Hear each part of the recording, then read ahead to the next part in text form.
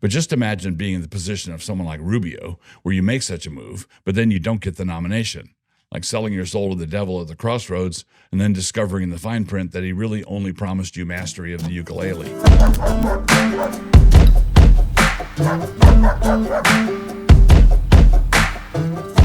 Introduction. The last month has seen a number of remarkable and momentous events. We may begin with Joe Biden's disastrous debate performance, the pressure on him to step down, and the palace intrigue that resulted in him bowing out of the race, but not stepping down from the presidency, and then topped off by his weird disappearance and reappearance. And then, on the other side, the close call near assassination of Donald Trump and his triumphant fist in the air, followed by the Republican platform backing away from its long-standing commitment to life, followed hard by the selection of JD Vance for veep. This last point was heartening in a lot of ways, but disheartening because Vance apparently softened his pro-life stand in order to qualify for the slot when he clearly knows better.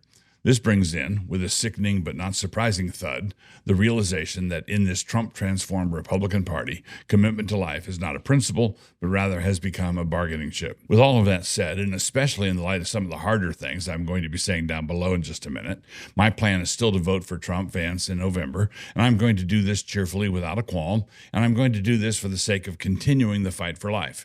That vote will be in line with and will be a good example of what I've been calling Smashmouth incrementalism. I do understand that a jibe will be coming my way. It looks like your incrementalism is sliding in the wrong direction, pal. Well, yes, and yet also no. It is absolutely moving the wrong way when it comes to the new and improved Republican Party, once again snatching defeat from the jaws of victory. But when it comes to the battlefield at large, there's still a lot of opportunity for intelligent advance. In the meantime, I would urge everyone to stay engaged with on-the-ground pro-life ministry. If you're looking for a good organization to support, Nancy and I support Tiny Heartbeat. At the same time, traditional pro-lifers, the genuine ones, Smashmouth incrementalists, and abolitionists, all of us together, are going to need a political plan. This needs to be a political plan for D.C. that allows us to continue to differ among ourselves at the state level. I'm writing this because I do think I have such a plan.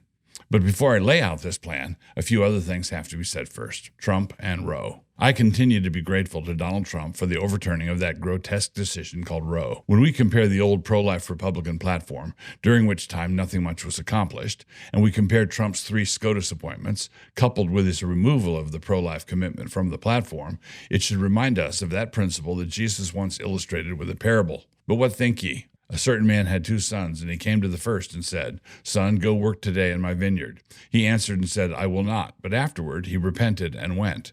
And he came to the second and said likewise. And he answered and said, I go, sir, and went not. Whether of them twain did the will of his father? They say unto him, the first. Matthew 21, 28 through 31. I set up above that for the Republican Party, commitment to life is not a principle, but rather has become a bargaining chip. But what would we rather have? A principle that is true, but not acted upon, or a bargaining chip that is compromised when it comes to motives, but actually accomplishes something, actually saves lives? What I take from all this is that Trump is not pro-life, but that for purposes of his own, he is willing to work with pro-lifers. And so here's my thinking, a transactional moment. Now that we have Dobbs and we have a lot more latitude for fighting abortion at the state level, this means that Donald Trump believes that he kept the deal that he made with evangelicals in 2016. If you give me your support in this election, I will give you judges. Whether from pragmatism or principle, he is a transactional businessman who keeps the deals he makes. We are like those German banks that he repaid, the ones we learned about in that Stormy Daniels trial. That was the deal in 2016, but this is now 2024. Donald Trump clearly believes that enough water has gone under the bridge that if there's to be a deal now, it needs to be a fresh deal.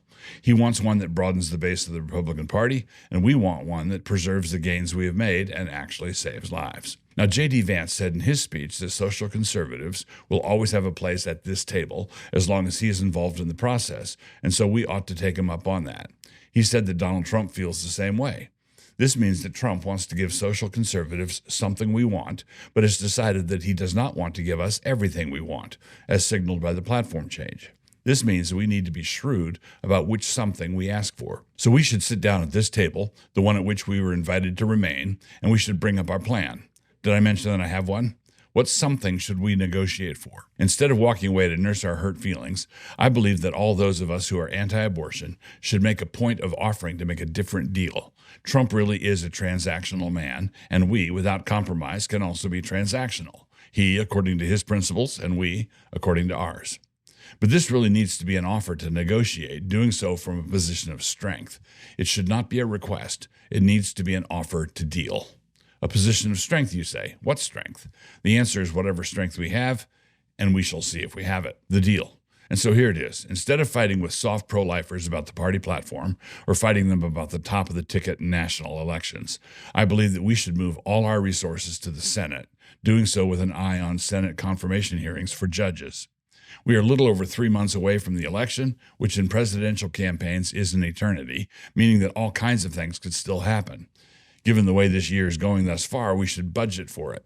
But if things keep going the way they are currently going, it looks like the Democrats are going to experience a beatdown, and Donald Trump will become our president again, this time the 47th. If this happens, there will almost certainly be down-ballot consequences also, with Republicans keeping the House and regaining the Senate. My concern here is with the Senate and the confirmation hearings that will no doubt occur there in the following 4 years. Let us say, for the sake of illustrating my plan, that the Republicans will have 54 seats in the Senate. What my plan calls for is at least 5 senators who have a principled pro-life stand and who are willing to hell and high water for it. 5 subtracted from 54 gets us 49, insufficient for a Senate confirmation.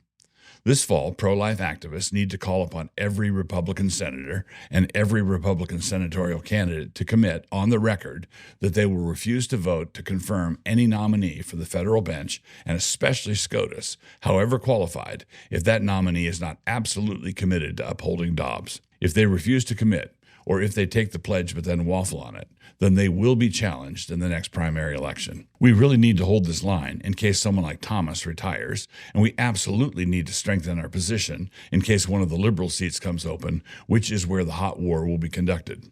This commitment to vote no would be a negative vote that is based on policy, and so there would be no need to resort to character assassination the way the Democrats do. It would be possible for these 5 to say that the nominee appears to be a respectable gentleman and that he looks great on guns and on regulatory agencies, but that they do not intend to allow any backsliding on the life issue. They are not willing to erode the legacy of our 45th president.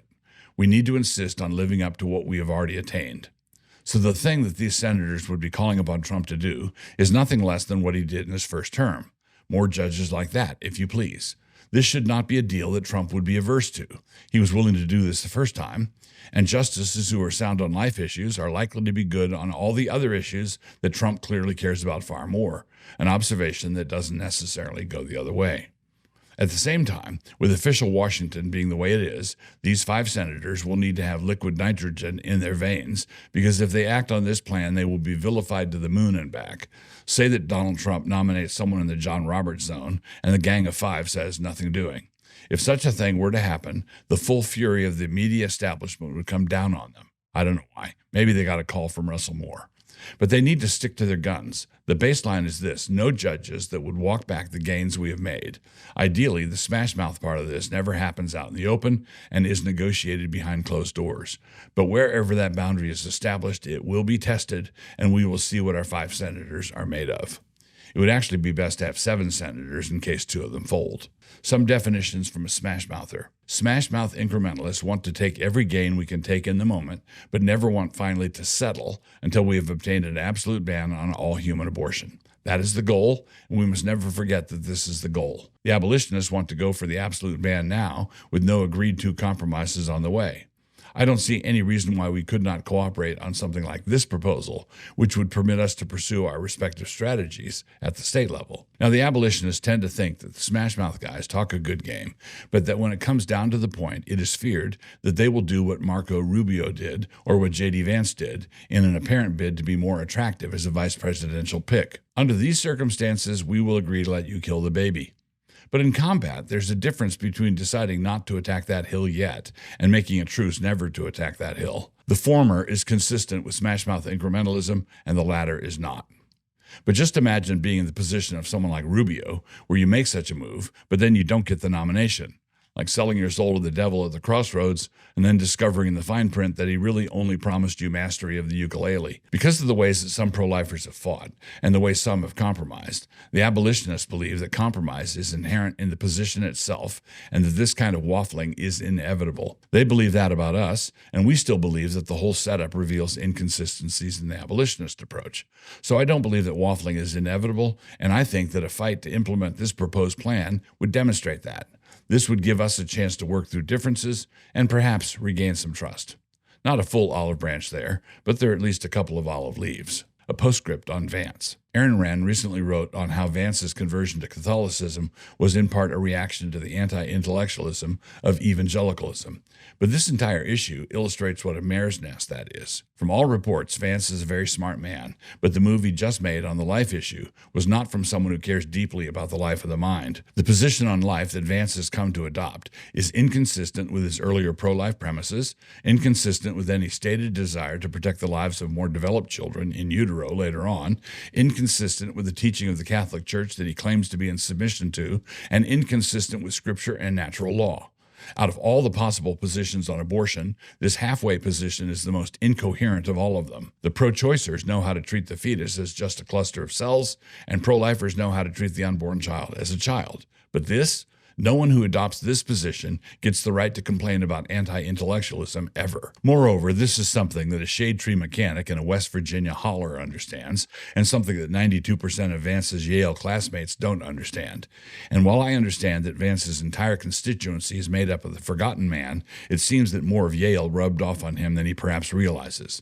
And one of the features of the forgotten man is that he is less likely to forget things himself. If there's one thing that the fundamentalist turn of mind knows how to do, it is to follow arguments and how to project the trajectory of ideas. Vance's political constituency is the same demographic constituency that has made Ken Ham's Ark Encounter such a smash hit, and Vance is soon to discover how hard it will be to lean into these people and lean away from them at the same time. That is something that they notice. If Vance represents the pro-life position, if this is what it now means to be pro-life, then the abolitionists are right to reject it. But his position doesn't mean that, because frankly, this is a position that doesn't mean anything. Greetings all, my name is Douglas Wilson, the host of Man Rampant. Man Rampant is officially back with a new season on Canon Plus. This coming season features episodes on fighting abortion in your state, the Christian artist, and how if you're not paranoid, you're crazy. We hope you enjoy it, and if you can't bring yourself to enjoy it, we at least hope you can stare at the screen bug-eyed.